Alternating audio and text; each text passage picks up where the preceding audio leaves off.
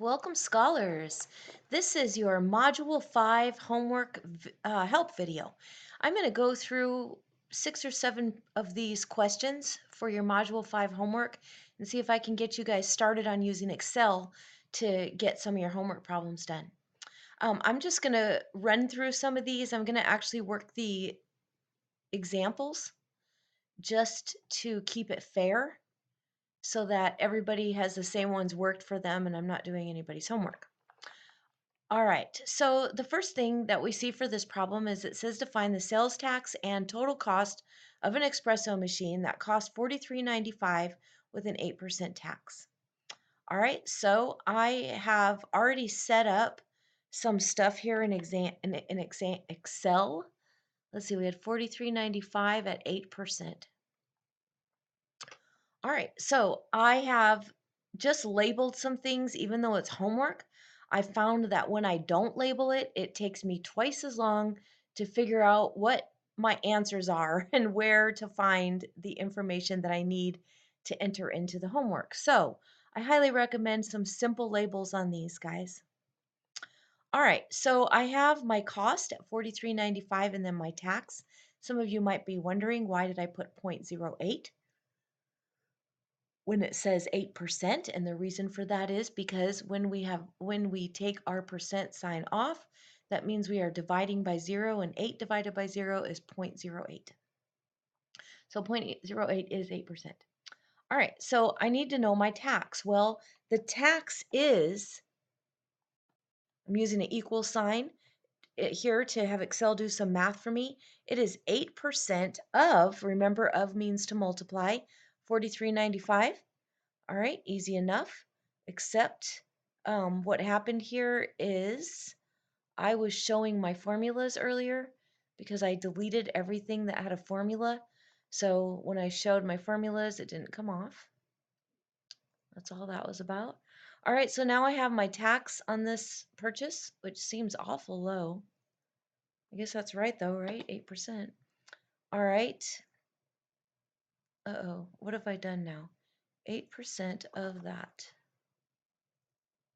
It's okay. 8% of that. Okay, now the total is going to be the cost plus the tax. All right, and then we see we got the same answers right here. And of course, if I want to make that even easier on myself, I could even highlight those answers. All right, let's keep moving along, folks. I want to try to get this, keep this a pretty short video. So let's look at number 7. Number 7, I went ahead and just entered some information, labeled it. And now for number 7, I'm going to look at the example.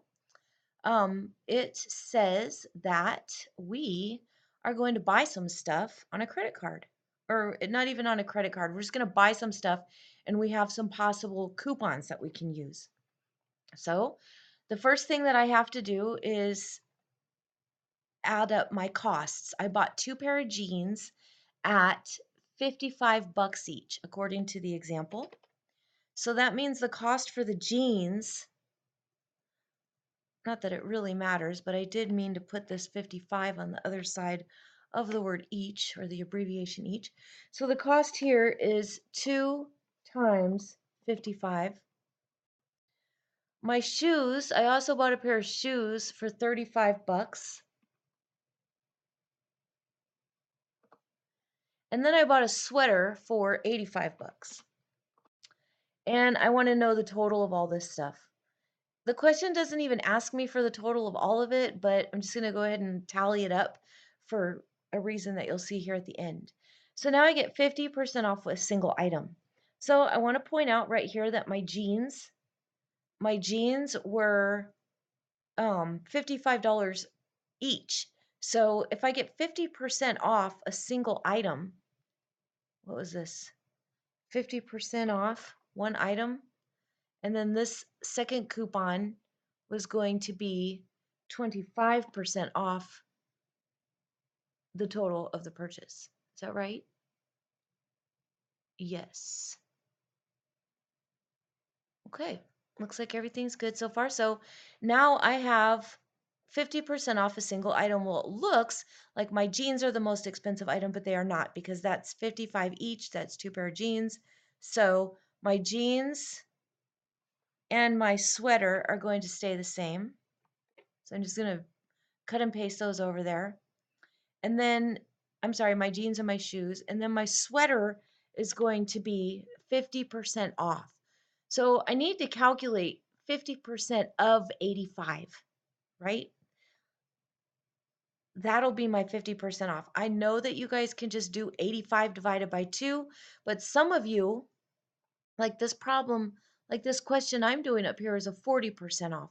So I'm not going to just divide by 2 because not all of you have 50%. That's just on the example. Okay. So let's see what we have. The price of this sweater is $85 minus 15%. I'm sorry, minus 50%. 50% is 0.50. If you can put the zero if you need to. 50% of 85. So the cost of the sweater minus half of the cost. All right, now I'm just going to tally this up, and I select all of them and then go to editing and hit auto sum, which is actually what I did for this one too. I wasn't sure if I did that with you guys or not, because I already did it earlier, but I just total select all those, go to editing and hit auto sum. I may have just done that. I don't know. I'm sorry. All right. And then for this one, I take the total off the entire cost. Well, I don't need to really worry about all this stuff because I have the total cost minus 25% of the total cost. And so I get 172.50. Now I'm just going to scroll down here to make sure I have the right answers. So we had 172.50 for the 25% off coupon and 230 for the total. And then what about the coupon for half off? Did we get that one? 187.50. There it is right there. Do you guys see it? All right. So we got our two answers. We're right here. And you guys can, work this out on yours. It asks you a couple extra questions on yours, but I'm not here to do all the problems, just kind of to get you started on using Excel. All right, let's look at number 8. Number 8 looks like it's maybe too much information, more information than what you wanted to know, but it's not quite so bad. And I did mean to delete everything that had a formula. All right, so here we have, I'm going to go to the example.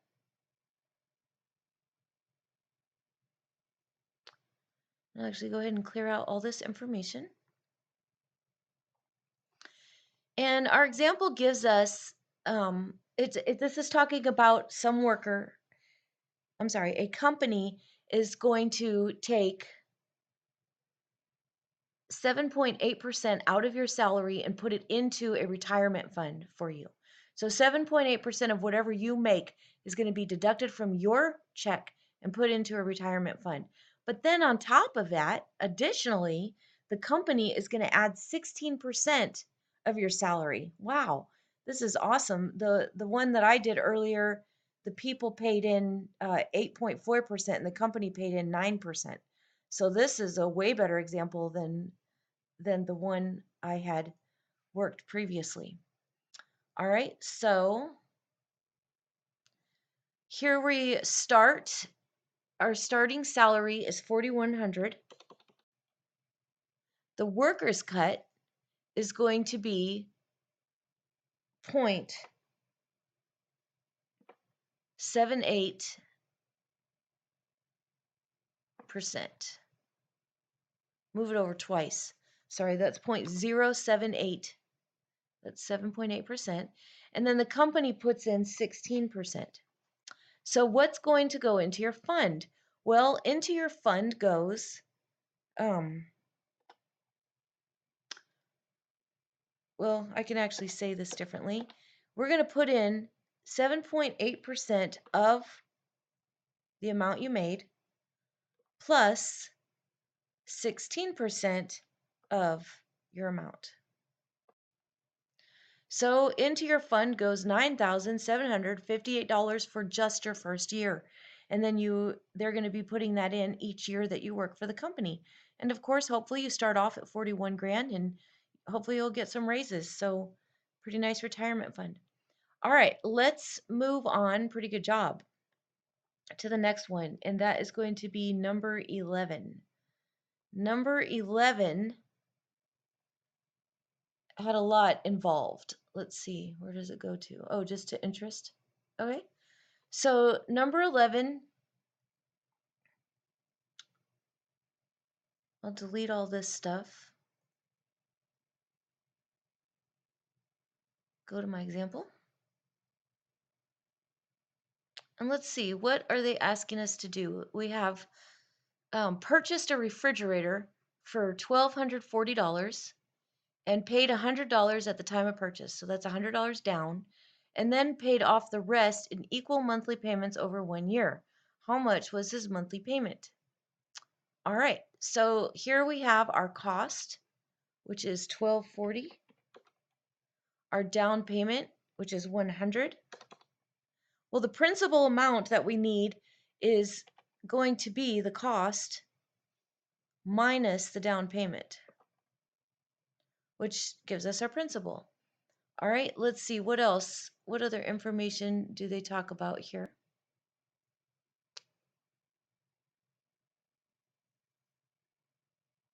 One moment. Okay, I see why it was not aligning. This was number 9. I did not choose number 9, so I'm going to just move on to number 11. Number 9 was pretty simple. Easy, had good instructions, easy to follow. All right, so let's look at number 11. Number 11 says that we're going to buy, oh, and by the way, 6 of these, I don't know how many I chose to do, but 6 of them are your Excel report questions. So everything that you do here for Excel, will be for your Excel report as well. Number 1 is not on your Excel report, I can tell you that. All right, so Gwen bought a home for 105 grand. She paid 19 grand as a down payment and then financed the rest with a 14-year mortgage. Her monthly payments are $819 each and go toward paying off the loan and toward interest on the loan. All right, so how much does Gwen have to finance?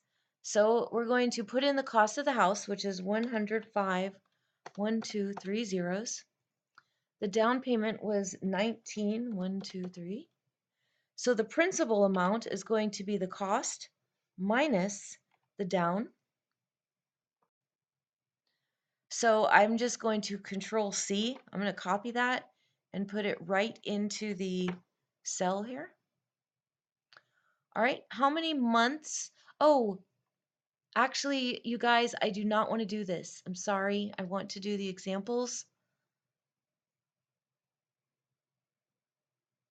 But that's fine because guess what? All I have to do is change. This is 9,200 and my down payment was 3,400. Oh, I'm sorry, 34,000. All right, so now my principal is 58 and you can see that that came up right here. Looks like they're showing you how to do this on a calculator. That's all fine and dandy. I just prefer Excel now that I know how. All right, so the second question, how much money does she have to finance? How many months are there in 15 years? All right, so our total years here is 15. So the number of months in 15 years is 15 times 12. And then, so now we get 180 months, easy enough. Next, we want to know how much money will Gwen pay over a 15-year period to pay off the loan. All right, so over a 15-year period, she is going to pay. Do we have our interest yet? All right, so we know that the interest is going to be, do we get an interest rate? Just one moment, please. Okay, I've forgot it's the monthly payment formula I use later in the video, not right here at the beginning. So this one, they just gave me the monthly payment. Yay! You guys will appreciate that when we get down to some of these other problems. All right, so our payments here are 515.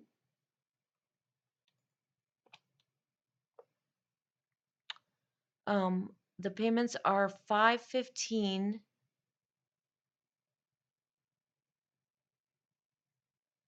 times the number of months that I have to pay. All right, so we are going to pay, do we get that information? Here it is, 92,700. All right, and then the last question asks us, how much money did Gwen pay in interest? Well, if we know how much her principal was, so we have the total amount that she paid minus the amount she borrowed, which is the principal, don't forget, not the cost, because otherwise you throw away her down payment. So the total payments times the number of months minus the principal that she borrowed, and her interest came out to be 34,700. So there's your answer there. All right, you guys, there's your example for that one. Let's look now at the next problem, which looks like it was number 15 that I chose. All right, this one looks hard, but it is a really, really easy, and you're about to see that. Okay, so this is talking about what happens with a tax bracket when you get a raise at a job. So we're going to look at the example.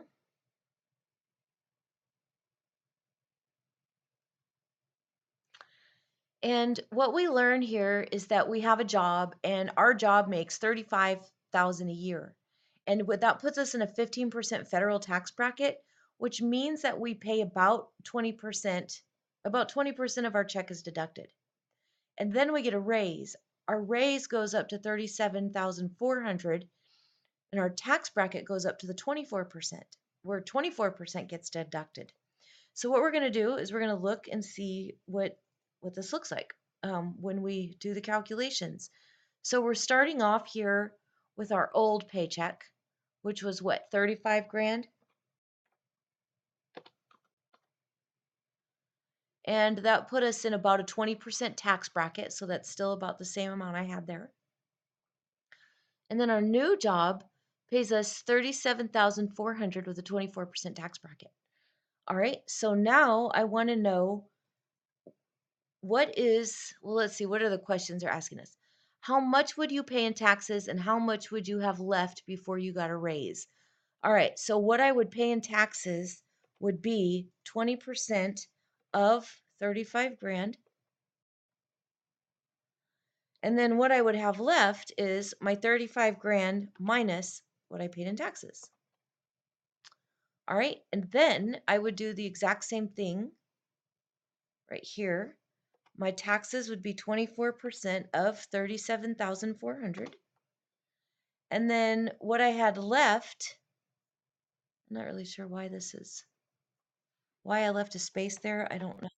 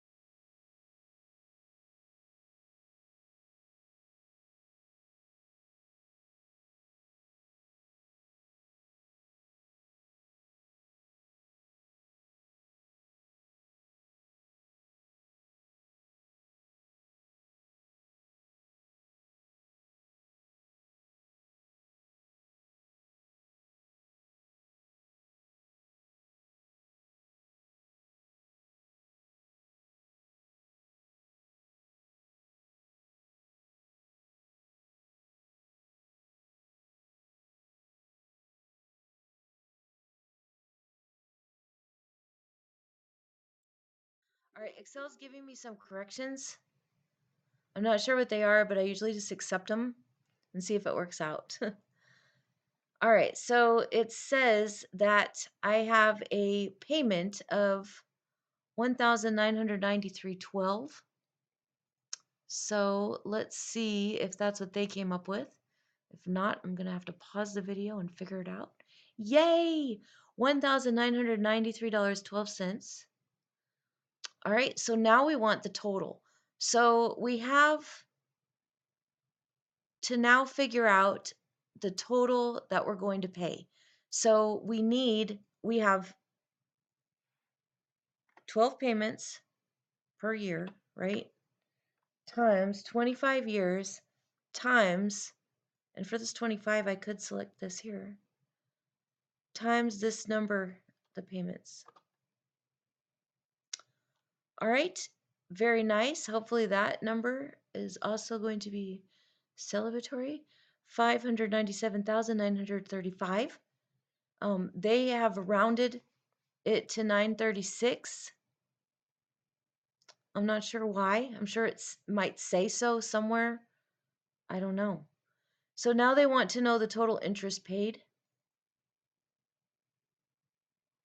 And the interest is going to be the total that we paid minus the principal. And that's the total interest that we paid. Oh, wow. 313,935. That's the price of borrowing the money from the bank.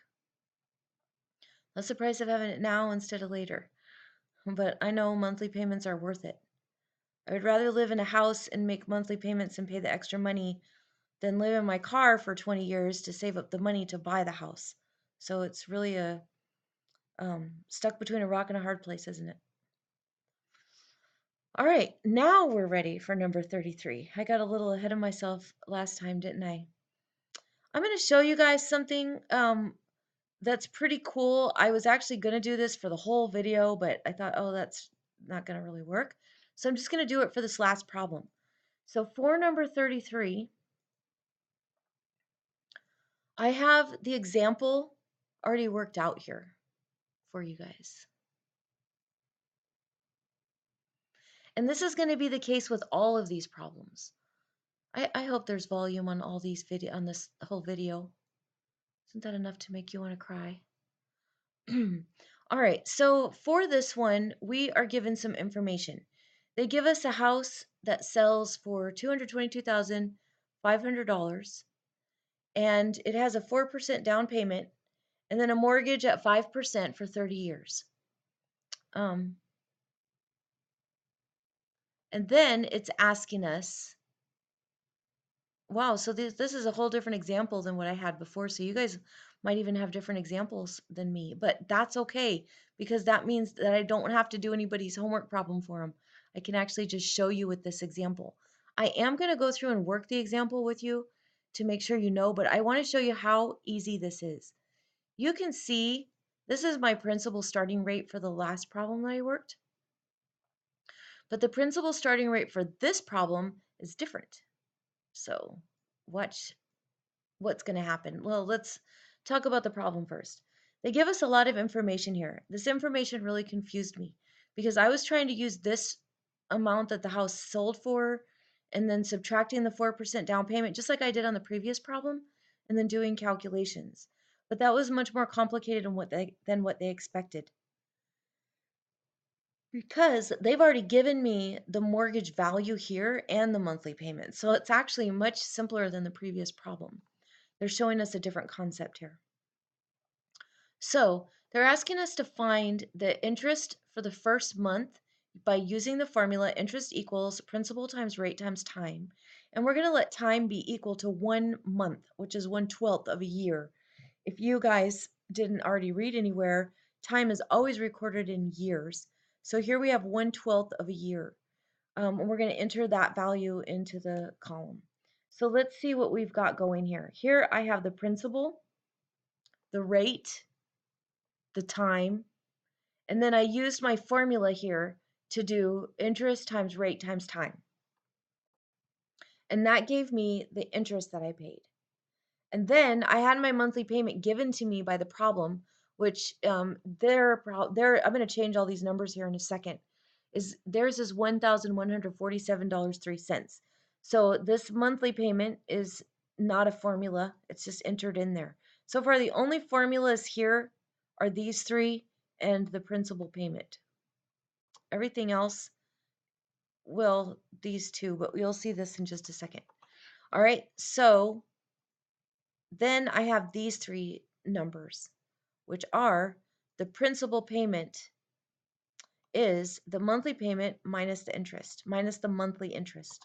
Okay? And then what happens over here is this is my new principal. So this is going to be the initial principal minus what was paid, minus the principal that was paid. Now remember, I can't count the whole monthly payment because a lot of this payment is interest being paid. All right, so let's just look at this again. I have the principal, which, and you guys are going to love this. Your eyes are going to bling when you see this, because I want you to know that for all of these problems, you can follow along with the examples and then go in and change your numbers. So I guess really I should have showed you this at the beginning of the video.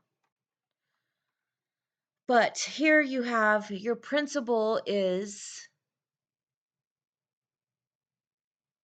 213,600. 213,600. Maybe I can remember to tell you to do this problem first or something. Since I wish I would have told you to do the examples, because now you can just change everything. All right, so now I'm going to put in my rate, which is 5% for this problem. My time is still 1/12. That remains the same. I just put equals 1/12 in here, and that's what I got. And I can just do it again for you. Equals 1 divided by 12. Oh yeah, don't forget, it's going to give you a date here. So you actually have to go through and change this before you put it in. You have to go up here and change it to number. Otherwise, it's going to make you have a date. And it's going to force you to have a date. And if you likely remember how aggravating that was in the beginning of the semester when I was just learning that too. So yay for all the people that come after you will get to know that and not have to go through that aggravation. You guys have been real troopers with these Excel reports. Good job. All right, so now here I have my interest times my rate times my time. All that's the same. My monthly payment here was different. My monthly payment was 114703. 114703. And then I am going to drag this down. You got to really be careful with dragging stuff down. This did fine, but earlier I couldn't figure out what was wrong and it had changed some numbers when I did that. All right, so let's see if we have anything close to what they've got here. They have 257, 213, 342, 213, 3. I could actually, if I change this to money,